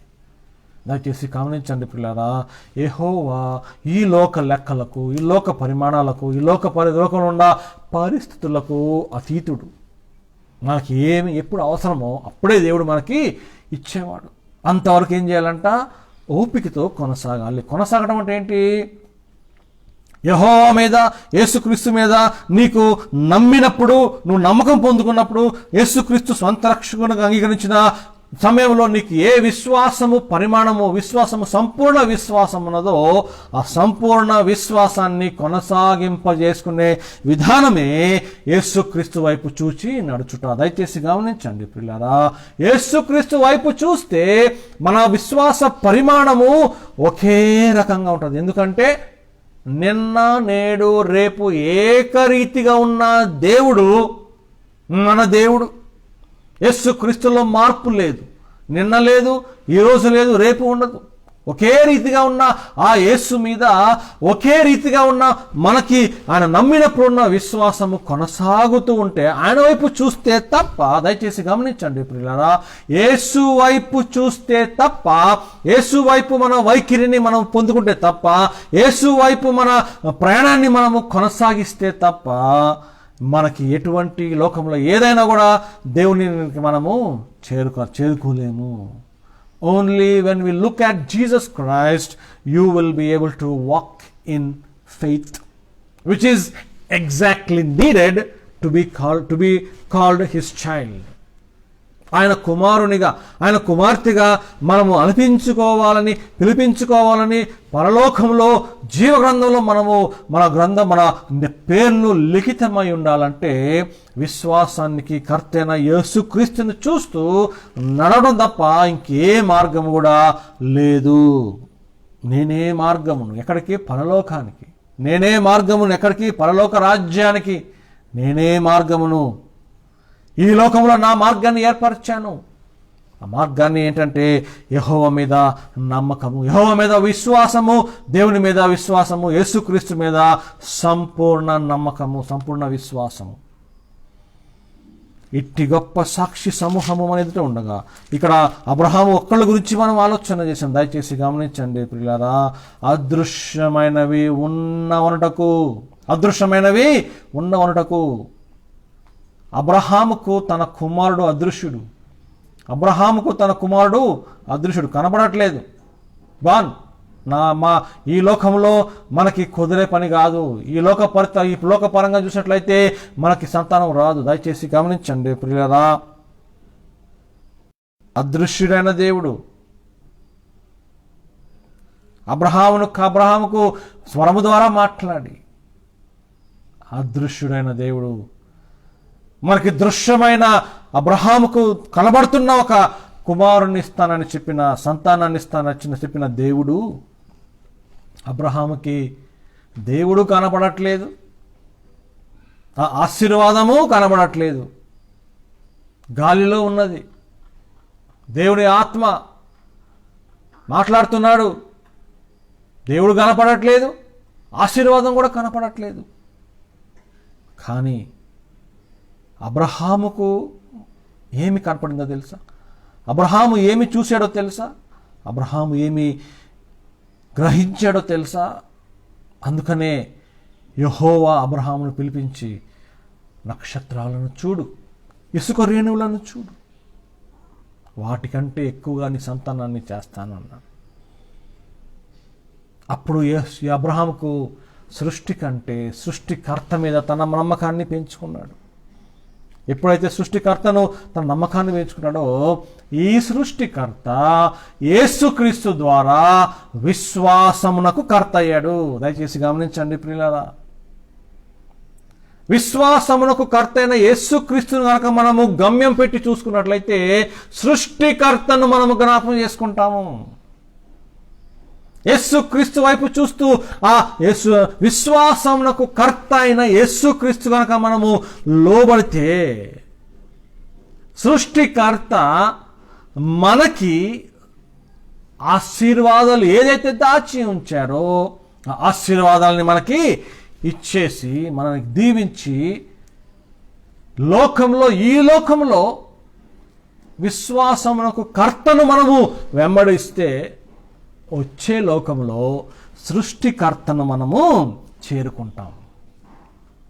క్రైస్తవ జీవితం అంటే ఏంటండి? క్రైస్తవ జీవితం అంటే ఏంటి? విశ్వాసమునకు కర్త అయిన యేసుక్రీస్తుని వెంబడిస్తూ సృష్టికర్తను చేరుకోవడం, అదే క్రైస్తవ జీవితం, ఇంకేం కాదు. ఇక మిగతావన్నీ ఆటోమేటిక్గా వచ్చేస్తాయి. సృష్టికర్తను తెలుసుకున్న నీవు, యేసుక్రీస్తు మీద విశ్వాసం కలిగి ఉన్న నీవు, విశ్వాసముకు కర్త అయిన యెహోవా మీద, యేసుక్రీస్తు మీద నీ దృష్టిని మళ్లించి ముందు కొనసాగుతున్న నీవు, ఇతరులకు యేసుక్రీస్తును చూపిస్తూ వారిని కూడా యేసుక్రీస్తు వైపు మళ్లించి, నీ ద్వారా, నీ ప్రవర్తన ద్వారా, నీ మాటల ద్వారా, నీ చేతల ద్వారా, నీ క్రియల ద్వారా యేసుక్రీస్తుని ఇతరులకు చూపించి, ఏ విశ్వాస పరిమాణంలో నువ్వు ఉన్నావో, ఏ కర్తను, విశ్వాసానికి కర్తన యేసుక్రీస్తుని వెంబడిస్తూ సృష్టికర్త నువ్వు చేరుతున్నావో, ఆ నువ్వు చేరే జాబితాలోనికి నిన్ను పోలిన వారు, నీ ఫ్రెండ్స్, నీ స్నేహితులు, నీ బంధువులు, నీ మిత్రులు, నీకు తోటి వారందరూ అదే మార్గంలో నువ్వు తీసుకొచ్చే గొప్ప ఆశీర్వాదం నువ్వు పొందుకుంటావు. దయచేసి గమనించండి ప్రియులారా. అందుకని అంటాడు కదా, ఇంత గొప్ప సాక్ష్య సమూహం, ఇంత గొప్ప సాక్ష్య సమూహంలో ఒక్కరి గురించే మనం చూసుకున్నాం. అబ్రహాము గురించి చెప్పుకోవాలంటే, అబ్రహాము గారి గురించి చెప్పుకోవాలంటే ఎంతైనా సరిపోదండి. ఎందుకంటే అంతకంటే గొప్ప దేవుడైన యెహోవాను నమ్మిన విశ్వాస వీరుడు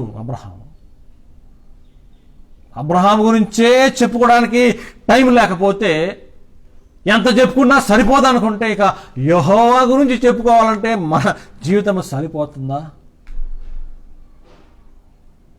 ఆ యెహోవా కోరేది ఒకటే, యేసుక్రీస్తుని చూస్తూ పరుగు పందాన్ని ముందుకు ఓపికతో నడవండి అంటాడు. ఇంత గొప్ప సాక్షి సమూహము మేఘము వలె మనలను ఆవరించినందున how to follow Jesus Christ, యేసుక్రీస్తుని విశ్వాసమునకు కర్త అయిన యేసుక్రీస్తుని మనము చూస్తూ మన కేంద్రీకృతమైన దృష్టి తన మీద పెట్టి ఎలాగ నడవడం అంటే చెప్తున్నాడు ఇక్కడ చూడండి. మనము కూడా ప్రతి భారమును సులువుగా చిక్కుల పెట్టి పాపమును విడిచిపెట్టి, ప్రతి భారమును విడిచిపెట్టి. దయచేసి గమనించండి ప్రియులారా, భారమును విడిపెట్టడం అంటే చాలామంది అనుకుంటారు మనలో ఉన్న ఏదన్నా తీసేవతలు పడేదని. కాదు, దయచేసి గమనించండి. That is true. పాప భారాన్ని మనం వదిలిపెట్టేసాము, దేవుడు దాన్ని తన మీద వేసుకొని మనల్ని విడిపించాడు. That is true. మా బైబిల్ కాలేజీలో మా ప్రొఫెసర్ గారు ఒక మాట అనేవారు, ఒక విషయాన్ని చెప్పేవారు. పరుగు పందెము ఈ 12వ అధ్యాయం గురించి చెప్తూ ఒక మాట అన్నారు. ఐన్సైడ్ గారని మా థియాలజీ ప్రొఫెసర్, ఆయన ఒక మంచి ఎగ్జాంపుల్ చెప్పాడు. భారం వదులుకోవడం అంటే ఏంటని. ఒక పరుగు పందెం ఉన్నది. ఆ పరుగు పందెంలో నెగ్గాలంటే అతి తక్కువ వస్త్రాలు వేసుకోవాలి, వెయిట్లెస్ వస్త్రాలు వేసుకోవాలి. అందుకని ఒక షార్ట్స్ వేసుకుని టీషర్ట్ వేసుకుని ఒక బనీన్ వేసుకుంటారు, అంతవరకే. సూట్ కోట్ వేసుకొని షూలు వేసుకుని నడవరు, పరుగు పందెంలోకి వెళ్ళరు.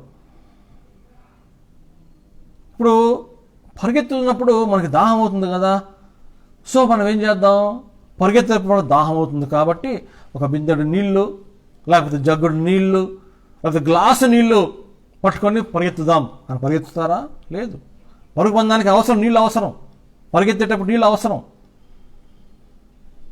కానీ పరుగు పందెంలో గ్లాసు పట్టుకొని పరిగెత్తితే గమ్యం చేరుతావా? నీ దృష్టి ఎక్కడ ఉండాలి? ఆ రిబ్బన్ మీద ఉండాలి. నువ్వు ముగిస్తున్నావే, ఆ పందాన్ని ముగిస్తున్న ఆ ఫినిష్ లైన్లో ఆ రిబ్బన్ నువ్వు క్రాస్ చేస్తావు, ఆ రిబ్బన్ మీద నీ దృష్టి ఉండాలి. ఏ కళ్ళైతే ఆ రిబ్బన్ని చూస్తాయో, ఏ కళ్ళైతే ఆ దారాన్ని చూస్తాయో, ఏ కళ్ళైతే ఆ ఫినిష్ లైన్ని చూస్తుందో వారు మాత్రమే, దాని మీద దృష్టి ఉంచిన వారు మాత్రమే నెగ్గుతారు. అందులో మళ్ళీ 10 మంది బయలుదేరితే ఒక్కళ్ళకి ముగ్గురికే ప్రైజ్. ఎందుకని? లోక నియమం అది, పోటీ అంటే అదే. కానీ దయచేసి గమనించండి ప్రియులారా, సులువుగా పెట్టు చిక్కు పాపములు, ప్రతి విధమైన భారమును మనం వదిలేయాలి. దయచేసి గమనించండి. భారమును వదులుట అంటే మనందరికీ తెలిసిన విషయమే.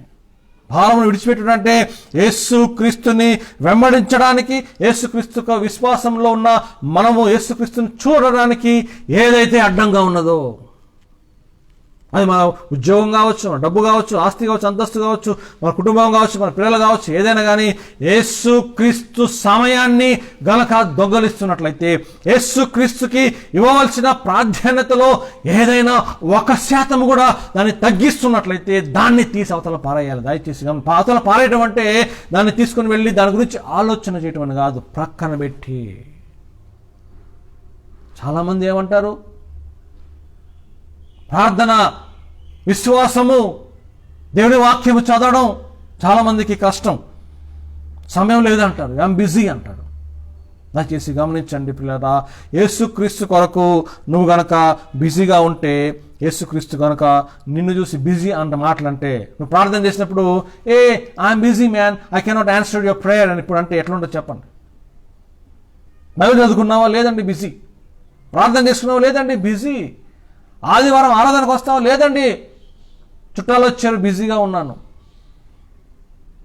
Just imagine if 1 day 1 second, ఒకే ఒక క్షణము యేసుక్రీస్తు కనుక నిన్ను చూసి ఐఎమ్ బిజీ మ్యాన్, అంటే ఎట్లుంటుంది? అదే అంటారు కదా, it's easy to tell someone you are busy, but it is easy for someone, it is easy for you to tell someone you are busy when they need you, but the most difficult thing, you know what it is? When you need someone and when they say I am busy, it's the most hardest thing. సులువుగా చిక్కుపెట్టు పాపములు, ప్రతి విధమైన భారమును, ప్రతి భారమును, దేవునికి ఇష్టం లేనివి, దేవునికి హేయమైనవి, యేసుక్రీస్తు నడకలో మనల్ని హ్యాండిక్యాప్ చేసేవి, అంగవాక్యం చేసేవన్నిటినీ మనము విడిచిపెట్టాలని దేవుడు ఈరోజు మనతో మాట్లాడుతున్నాడు. యేసు వైపు చూద్దాం. ఎప్పుడైతే యేసు వైపు చూస్తామో ఈ సులువుగా చిక్కులు పాపములు ప్రతి భారమును తొలగింపజేసుకోవడానికి యేసుక్రీస్తు వారు మనకి తన ప్రాణాన్ని ఇచ్చాడు, తన జీవితాన్ని ఇచ్చాడు. మనం చేయవలసిన ఆయన వెంబడించడం. ఎందుకంటే మత్తయి సువార్తలో ఏమన్నాడు? మత్తయి సువార్త 11వ అధ్యాయంలో, ప్రయాసపడి భారము మోయుచున్న సమస్త జనులారా నా యొద్దకు రండి, నేను మీకు విశ్రాంతినిస్తాను. దయచేసి గమనించండి, విశ్వాసమునకు కర్త అయిన యేసుక్రీస్తుని మనము చూస్తూ వెళుతుండగా ఈ లోకములో మనల్ని భారపరిచే, మనకి భారముగా ఉండే, మనము భరించలేని కష్టాలన్నింటినీ మనం భరించలేని ప్రతి భారమును ప్రక్కన పెట్టే విధానంలో, తీసివేసే విధానంలో యేసుక్రీస్తే ఆ భారమును మోయిచున్న వాళ్ళారా నా మీద భారాన్ని మోయించండి, నేను తీసుకుంటాను, నా కాడి సులువైంది అంటాడు. నా కాడి సులువైనది. మీ కష్టమైన కాడిని నా మీదకు వేయండి, సులువైన కాడిని నేను మీకు ఇస్తాను. సులువైన కాడి ఏంటంటే ఆయన వైపు చూసి నడచటం, ఆయన వైపు చూసి ముందు కొనసాగటం, విశ్వాసంలో నడవటం, మరియు విశ్వాసాన్ని కనపరుచుకోవడం, అదృశ్యమైన వాటిని ఉన్నవి అనుకోవడమే కాకుండా నమ్మడం. యేసుక్రీస్తుని ఈ లోకంలో ఎంతమంది చూశారండి? వ్యక్తిగా చూశారా? లేదు. ఎవరైనా ఆయన స్వరూపాన్ని చూస్తారా? లేదు. కానీ ఆయన క్రియలు మనలో కనపడుతున్నాయి, ఆయన దీవులు మనకు కనపడుతున్నాయి. అందుకే ఈ లోకంలో మనము క్రీస్తుని చూసి, క్రీస్తుని వెంబడిస్తూ, క్రీస్తునే మన గమ్యంగా పెట్టుకున్నప్పుడు గమ్యం ఖచ్చితంగా చేరతాం. కాబట్టి మన పరుగు పందాన్ని తుదముట్టించే విధానంలో యేసుక్రీస్తే మనకు సహాయకుడు. కాబట్టి ఆ పరుగు పందాన్ని కొనసాగుదాం, ఆ నడకలో నడుద్దాం. దేవుని యొక్క చిత్తానుసంగా జీవించి బ్రతికి మనందరము దీవించబడదాం. అట్టి జనాలుగా సాక్షి సమూహము మనకి కనబడుతున్న విధానాన్ని బట్టి, ఏదో అబ్రహాము గురించి మనం తెలుసుకున్నాం కాబట్టి, అబ్రహామును దేవుడు దీవించాడు కాబట్టి, అబ్రహామును కనుక నేను నమ్ముకుంటే, అబ్రహాము కనుక నేను చూస్తే అది సరిపోతుంది. అట్లా కాదండి. దయచేసి అబ్రహామును దీవించిన యెహోవాను చూద్దాం. సృష్టికర్తకు మనం వెళ్ళాలంటే ఈ విశ్వాసంను కర్తయు దాన్ని కొనసాగించువాడు యేసు వైపు చూస్తున్నట్లయితే సృష్టికర్తను మనము ఖచ్చితంగా చేరుకుంటాం. అట్టి విశ్వాస వీరులుగా, విశ్వాసంలో సృష్టికర్తను చూసి, విశ్వాసంలో యేసుక్రీస్తు విశ్వాసానికి కర్తగా ఉన్న ఆ యేసు వైపు చూస్తూ సృష్టికర్తను మనము చేరుకునే వారిగా దేవుడు మనల్ని దీవించి ఆశీర్వదించి కాచి కాపాడునుగాక. ఆమేన్. ప్రార్థన చేసుకుందాం. అత్యంత కృపాభరితుడైన మా ప్రియ పరలోకపు తండ్రి, మరొకసారి ప్రభా మీ సన్నిధిలో చేరి ప్రార్థిస్తున్నాం. మా జీవితాన్ని పొడిగించి మీ యందు విశ్వసించుటకు సహాయం చేసి, విశ్వాసానికి ప్రభా పరిమాణముగా, విశ్వాసానికి ప్రభా తూకముగా, విశ్వాసానికి ప్రభా రూపముగా మీరు మాకు ఇచ్చినందుకు వందనాలు. మిమ్మల్ని చూస్తూ, విశ్వాసంలో కర్త అయిన మిమ్మల్ని చూస్తూ సృష్టికర్తను మేము చేరే విధానంలోకి మనం తీసుకుంటామని యేసుక్రీస్తు నామంలో ప్రార్థించుకొని వేడుకుంటున్నాము తండ్రి. ఆమేన్. పరలోకమందున్న మా తండ్రి, మీ నామం పరిశుద్ధపరచబడునుగాక, మీ రాజ్యం మాకొచ్చునుగాక, మీ చిత్తం పరలోకమందు ఎలాగో అలాగే భూమి మీద నెరవేరునుగాక. మన దిన ఆహారం నేడు మాకు దయచేయండి. మన అపరాధము చేసిన వారిని మేము క్షమించు ప్రకారం అపరాధములను క్షమించము. మమ్మల్ని శోధనలోనికి తేక కిండి తప్పించము. ఎందుకంటే రాజ్యము, బలమును, మహిమయు నిరంతరం నీవైనవి తండ్రి. ఆమేన్. మన పరమ తండ్రి అయిన దేవుని యొక్క ప్రేమయు, అద్వితీయ కుమారుడైన యేసుక్రీస్తు నామమందు పరిశుద్ధాత్మ సహవాసము సన్నిధి మనందరినీ దీవించి ఆశీర్వదించి కాచి కాపాడి విశ్వాసమునకు కర్త వైపు మనల్ని మళ్లించి ఆయన వైపే చూచుటకు మనకు సహాయం చేసి సృష్టికర్తను చేరుకునే విధానముగా తండ్రి కుమార పరిశుద్ధాత్మ త్రియేక దేవుడు దీవించి ఆశీర్వదించి మనందరినీ తన రాకడకై సిద్ధపరచునుగాక. ఆమేన్.